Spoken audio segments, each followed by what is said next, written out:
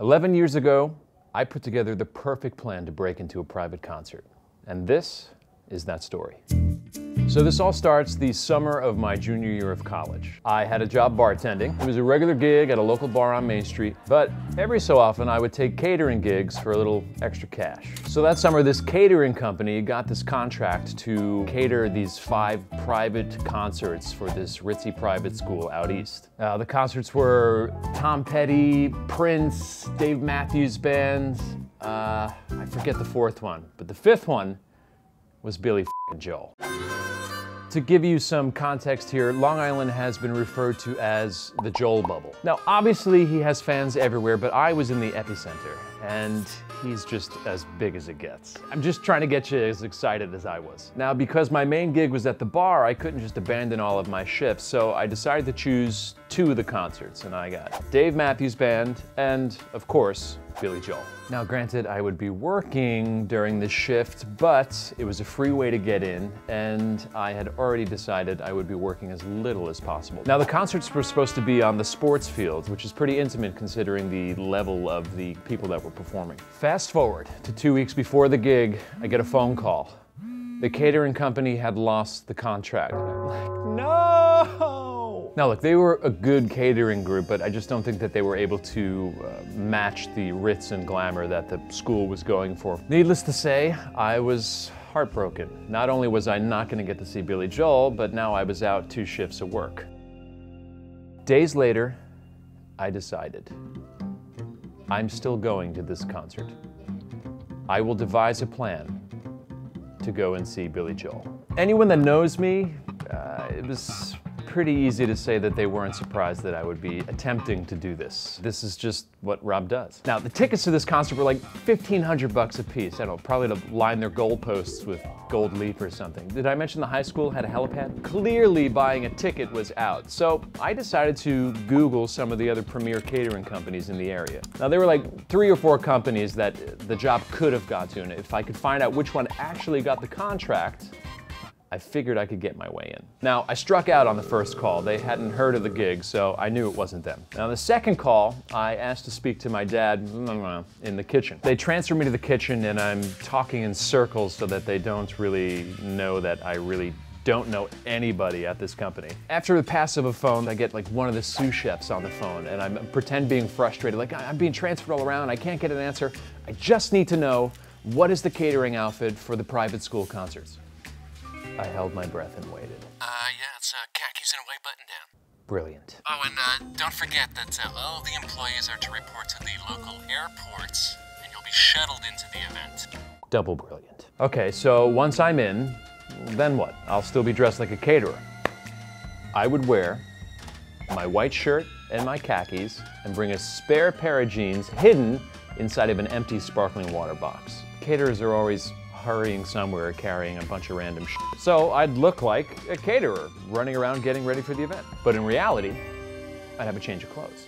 Okay, I'm feeling good about this. My friends were having a big pool party that night, which I would be skipping. But if I succeeded, I'd be able to go back to that party and have plenty of people to gloat to. I'd be the f***ing man. All right, so the day finally arrives. It's worth mentioning here that my parents were completely aware of what I was about to do. You know, like I said, it's no surprise. So as I'm leaving the house, my mom's like all kind of excited. She's like, you're going to see Billy. Only thing my stepfather has to say is, where's the local police station so we know where to come pick you up? Okay, so it was time. It was time to start. On my way to the private airport, I pick up the box of sparkling water, dump them out in my trunk. They're all rolling around. Jeans inside, ready to go. I pull up to the airfield, I park, caterers everywhere. I get in line, I've got my box of sparkling water, waiting to get onto the next shuttle. Just a 5-minute drive down the road. We get to the gate, we pull in through security. I get out of the van, I'm not catching as much as an eye. Caterers everywhere, blending perfectly. I was playing the part. This event was ginormous. I mean, no expense spared. They had lugged in full-size portable walk-in fridges, giant fancy tents with like glass bay windows. They had flowers and professional lighting. Absolutely nuts. Oh God, wait a minute. The concert doesn't start until dusk.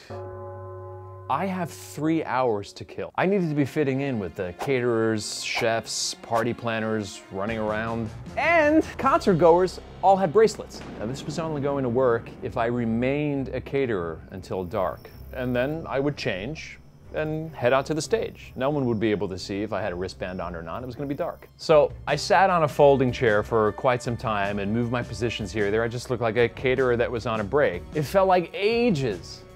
But the sun finally started to set. I jumped into a porta potty to change. Before you judge me like, ew, that's gross. One, what was I supposed to do? And two, you should have seen this thing. It had running water, marble countertops. Must be nice. I emerge with a white button-down shirt and a pair of jeans. I would blend in perfectly with the other 1%.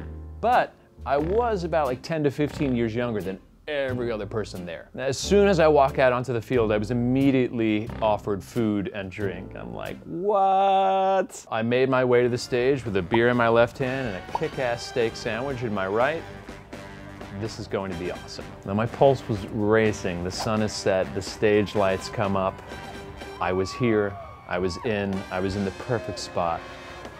I had done it. Now, if you think this story's done, the craziest part is about to happen. Within minutes, I was able to budge my way through, and now I am standing right at the foot of the stage, 6 feet from Billy. In the next 2 hours, I had the time of my life. So like 45 minutes or so into the concert, I couldn't tell if I was just fangirling out or if I kept catching Billy Joel's eye. For a minute, I was like, oh my God, no, he knows. He knows I'm not supposed to be here. I was like, wait a minute, that's impossible. The regular set finishes. He plays for a damn long time, actually. It was time for some encores, so he obviously finishes with Piano Man. It was 10:30 or so on a Saturday. The piano sounded like a carnival.